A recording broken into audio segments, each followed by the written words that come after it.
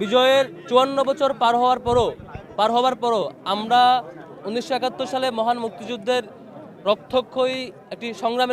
যুদ্ধের মধ্য দিয়ে যে স্বাধীনতা লাভ করেছিলাম, সেবার আমাদের কমিটমেন্ট ছিল আমরা ইনসাফের একটি বাংলাদেশ গড়ব। মহান বিজয় দিবস উপলক্ষে আজকের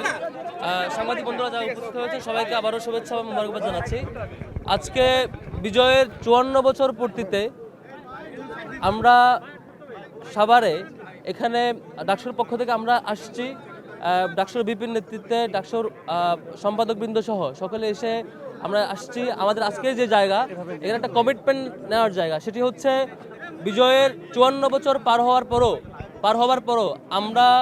১৯৭১ সালে মহান মুক্তিযুদ্ধের রক্তক্ষয়ী একটি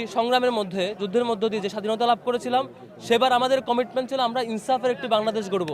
যেখানে মানুষেরা আজাদি পাবে, মানুষেরা তাদের কথাগুলো বলতে পারবে, মানুষের রাজনৈতিক স্বাধীনতা থাকবে, মানুষের সমান অধিকার, মানুষের যে প্রাপ্য অধিকার সেটি নিশ্চিত হবে। সেটি মহান মুক্তিযুদ্ধের একটি বড় কমিটমেন্টের জায়গা ছিল, কিন্তু আমরা সেটি ফেল হয়েছি। সেই জায়গায় আমরা দেখেছি এই দেশে বাকশাল কায়েম হয়েছে, আমরা দেখেছি এই দেশে স্বৈরাচার কায়েম হয়েছে, আমরা দেখেছি এই দেশে গুণ খুমের রাজনীতি হয়েছে, আমরা দেখেছি এই দেশে দিন শেষে ফ্যাসিবাদও কায়েম হয়েছে। সব কিছু ছাপিয়ে জুলাই গণঅভ্যুত্থান পরবর্তী সময়ে আজকে ২০২৫ সালের মহান বিজয় দিবস উপলক্ষে আজকে আমাদের কমিটমেন্ট নেওয়ার জায়গা, ডাকসু সহ সকল ছাত্র সংগঠন এবং সকল ছাত্র জনতার কমিটমেন্ট নেওয়ার জায়গা, সেটি হচ্ছে যেই উদ্দেশ্যকে সামনে রেখে লক্ষ লক্ষ মানুষেরা জীবন দিয়েছে, রক্তক্ষয়ী সংগ্রামের মধ্য দিয়ে আমরা স্বাধীনতা পেয়েছি, সেই কমিটমেন্ট মাথায় রেখে আগামীর বাংলাদেশে ইনসাফ কায়েম করা, মানুষের অধিকার নিশ্চিত করা, কথা বলার স্বাধীনতা নিশ্চিত করা, দুর্নীতি এবং যে গুণ খুনের রাজনীতি ছিল সেটির কবর রচনা করা এবং আগামীর বাংলাদেশে সকল ধরনের অন্যায়, নির্যাতন এবং জুলুমের একদম পতন নিশ্চিত করা পর্যন্ত আমাদের যে লড়াই, সেই লড়াই জারি রাখবার কমিটমেন্ট নেওয়ার জায়গা এখানে আমরা নিতে এসেছি। আমরা মূলত আজকে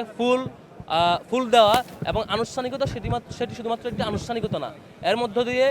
আমরা যদি কমিটমেন্ট না নিতে পারি, আজকে এত মানুষ আসার মধ্য দিয়ে এখানে যতই ফুল দেয় না কেন, যতই আনুষ্ঠানিকতা উদযাপন করে না কেন, কমিটমেন্ট না নিয়ে যদি আমরা আমাদের করণীয় ঠিক করতে না পারি, দিন